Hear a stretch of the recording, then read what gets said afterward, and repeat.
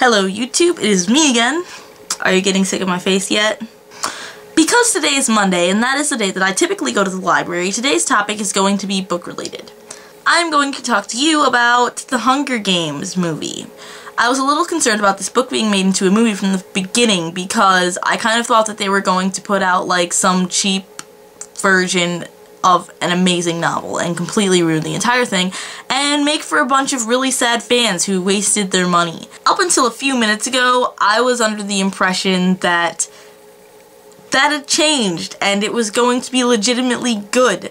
I had heard rumors that Alex Pettyfer, the guy who played Alex Rider, Adrian and Beastly, number 4 and I am number 4, that he was going to be playing PETA. And that made me pretty happy. I'm not really sure about his acting abilities as I've only seen him in Alex Rider and he was pretty young when he did that, but visually he suited the character very well in my opinion.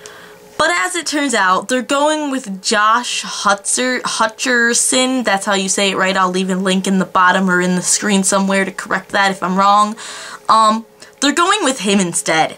And that is just a big, fat no. No, why are, bad. Don't get me wrong, he's not a bad actor and he's not a bad person or anything. He's just not PETA. Not PETA at all. The movies that I've seen of him have been pretty cheap and just craptastical in general. Not to say that he is a bad actor, but he's just cast in movies that aren't that great. Which is a big red flag when he's being cast in freaking Hunger Games. This is, no, bad. If his previous movies say anything about the way that the Hunger Games is going to be, then this is highly upsetting because it means that we're in for another bag of cheese.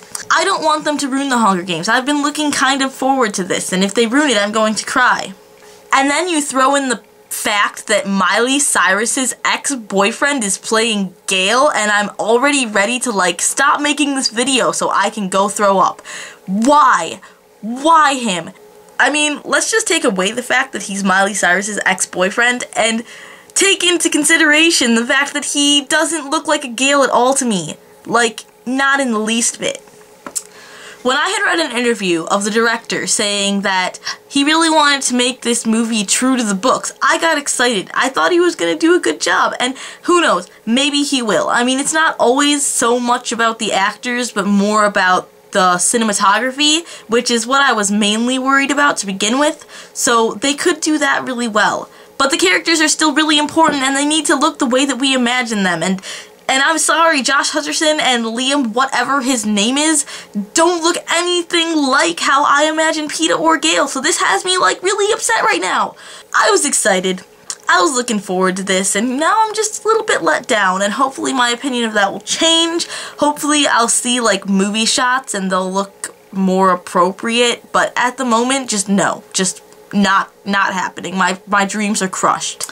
So that was, like, my little mini rant. I just couldn't hold it in. Because it is April 4th, I am going to list 4 books made into movies that I actually enjoyed, unlike how I think I'm going to feel about Mockingjay.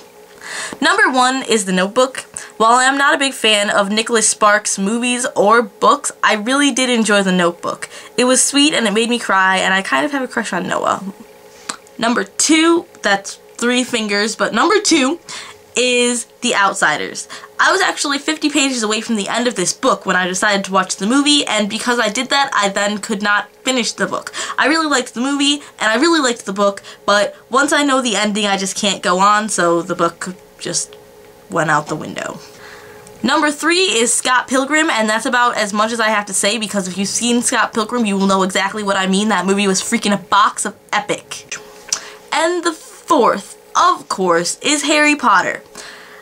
Harry Potter has been a huge part of my life thus far, and while the movies have often skipped important parts and just generally thrown suck all about, they have pretty much made my life. I get excited every single time one comes out, and while I frequently come out of the theater ranting about how terrible it was, I still enjoy them, if that makes any sense at all. That's really all I wanted to talk to you guys about today, so I'm gonna go now. Bye!